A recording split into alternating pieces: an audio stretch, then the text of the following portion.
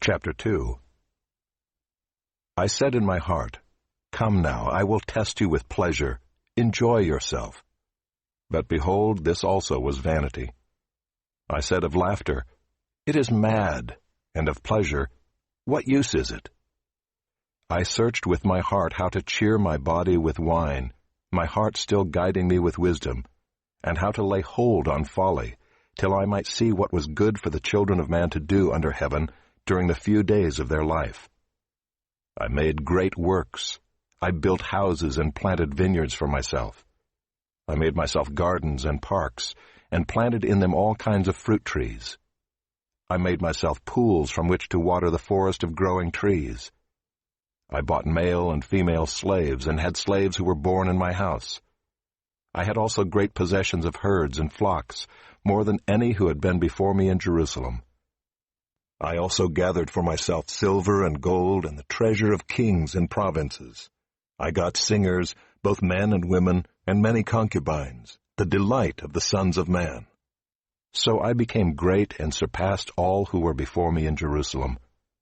Also my wisdom remained with me, and whatever my eyes desired I did not keep from them. I kept my heart from no pleasure, for my heart found pleasure in all my toil, and this was my reward for all my toil. Then I considered all that my hands had done and the toil I had expended in doing it, and behold, all was vanity and a striving after wind, and there was nothing to be gained under the sun.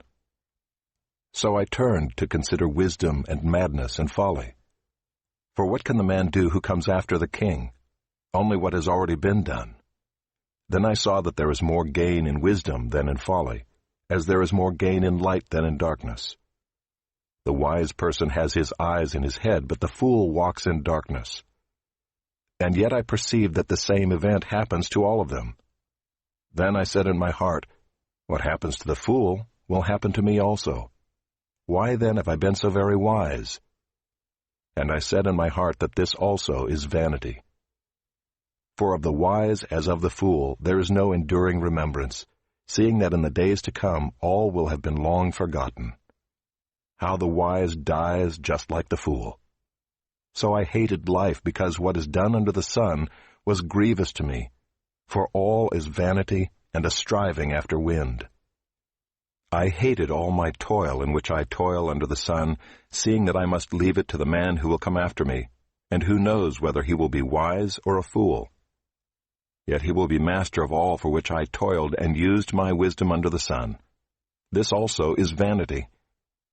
So I turned about and gave my heart up to despair over all the toil of my labors under the sun, because sometimes a person who has toiled with wisdom and knowledge and skill must leave everything to be enjoyed by someone who did not toil for it.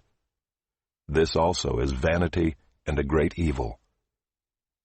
What has a man from all the toil and striving of heart with which he toils beneath the sun? For all his days are full of sorrow, and his work is a vexation. Even in the night his heart does not rest. This also is vanity. There is nothing better for a person than that he should eat and drink and find enjoyment in his toil.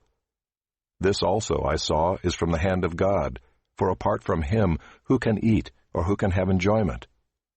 For to the one who pleases him God has given wisdom and knowledge and joy, but to the sinner he has given the business of gathering and collecting, only to give to one who pleases God.